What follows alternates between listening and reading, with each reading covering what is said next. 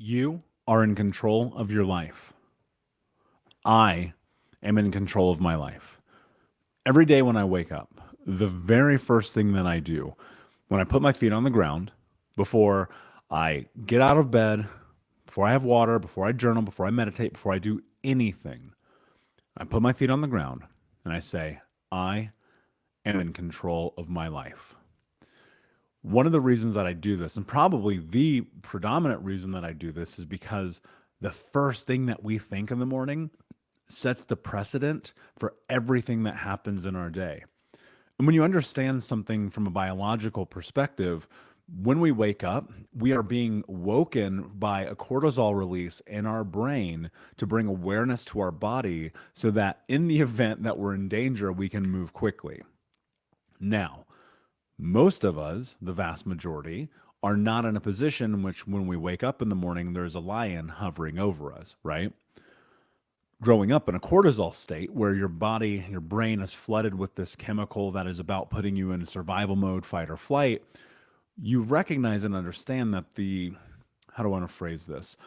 The thing that happens when you wake up is kind of the same thing that happens in your body when you are under attack. And that is you're flooded with cortisol. Now, of course, it's a dramatically lessened amount of cortisol that is released in the morning than if like you were under attack or someone was going to hurt you or you were in a hypervigilant state.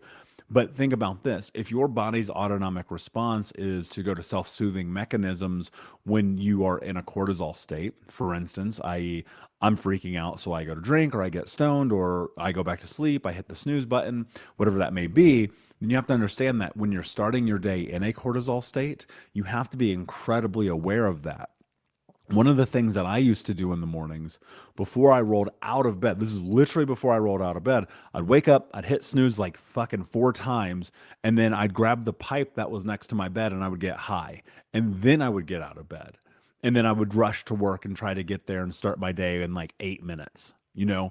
And today the reason why when I wake up in the morning, there's a couple things, right? One, I do not wake up with an alarm. There is an alarm for an in case slash emergency situation in which I don't wake up, which is rare if ever. Typically, my body's pretty good about 5:30, 5:45, somewhere in that window. I've trained myself into that. Also, the thing I've discovered about alarms is they really send me into a cortisol state. I hate the sound of alarms, so I've trained myself to wake up without them. The other thing is, I know that when cortisol is released in my body, I automatically, as a biological response, will go into self soothing mechanisms. Now, because it's not marijuana in my life or getting stoned, it can become other things, right? It can be like scrolling, which I don't do. I've learned how to break that habit. It could be snooze, which I don't do. I've broken that habit. And so you learn throughout this process, like what you do to satiate the discomfort of being enveloped in cortisol in the morning. And again, it's a very small amount. You can go look at any research. It's not enough that you're going to be super hyper vigilant or go into hyper arousal. Probably not going to happen. But our brain's reaction to those moments, our body's physical reaction to those moments is, okay, what do I need to do to go back to where I feel safe, secure, content, comfortable, and even avoidant? And so what I'm suggesting here is thinking about the way that you're starting your day. My phone is nowhere near me in the morning. I don't go near it. I don't touch it. I don't go into that world because, man, that's the greatest way to get off base. And you've heard this a million times, so I won't go into that. But when I put my feet on the ground in the morning and I say to myself, I am in control of my life, that's the first seed that's planted in my day. It's not emails. It's not text messages. It's not phone calls. It's not voicemails. It's not Slack messages from my team. It's not DMs from people on social media. It's not reviews on the podcast. It's nothing except me going and sitting down and starting my day on my terms. And most days I don't touch my phone for the first 45 minutes to an hour. One of the things, and I've been thinking about this a lot, is looking at having my iPad totally disconnected from the internet, so I can go in there. That's where I journal. That's where I write my to-do list. That's kind of where I do my self-study and my reflection. So something I'm contemplating in real time. I'll just share that with you guys. But ultimately, when I put my feet on the ground and I say, I am the one in control of my life, I'm setting myself up for success. And so this is really about a question. Are you setting yourself up for success? You see, having mantras, right? I'm good enough. I am strong enough. I am capable enough. I can change the world through my visions, right? Whatever that mantra is for you, that can become really a beautiful precedent for you when you wake up in the morning, when you step into your day, when you go into creating the life that you want to have, because you're taking control. That's the thing that happens. You're taking control immediately, and that gives you the power. You're not handing your power over to someone else or something or distraction or worse, dissociation, right? You're stepping into your day and you're going, I am in control of this. This is my life. I'm choosing this. Now, that doesn't have to necessarily be your mantra, but it's something I want you to think about. Are you setting yourself up for success in the morning? Are you setting yourself up for success for your day, for your week, for your life? And most of us are not. And again, I've been guilty of this, so I'm not pointing fingers. I'm just trying to give you something practical here. The shit in your head when you wake up in the morning and the shit you consume sets you up for success or failure. It really does. That's why I do my personal development in the morning. In this order, I wake up, put my feet on the ground, say, I'm in control of my life. I drink water. I move my body a little bit, start making coffee. I grab my journal, I write, face fear. And then I kind of like brain dump, right? Then I write my dreams and my goals and my ambitions. And I write my to-do list, all the things I know I have to get accomplished in the day.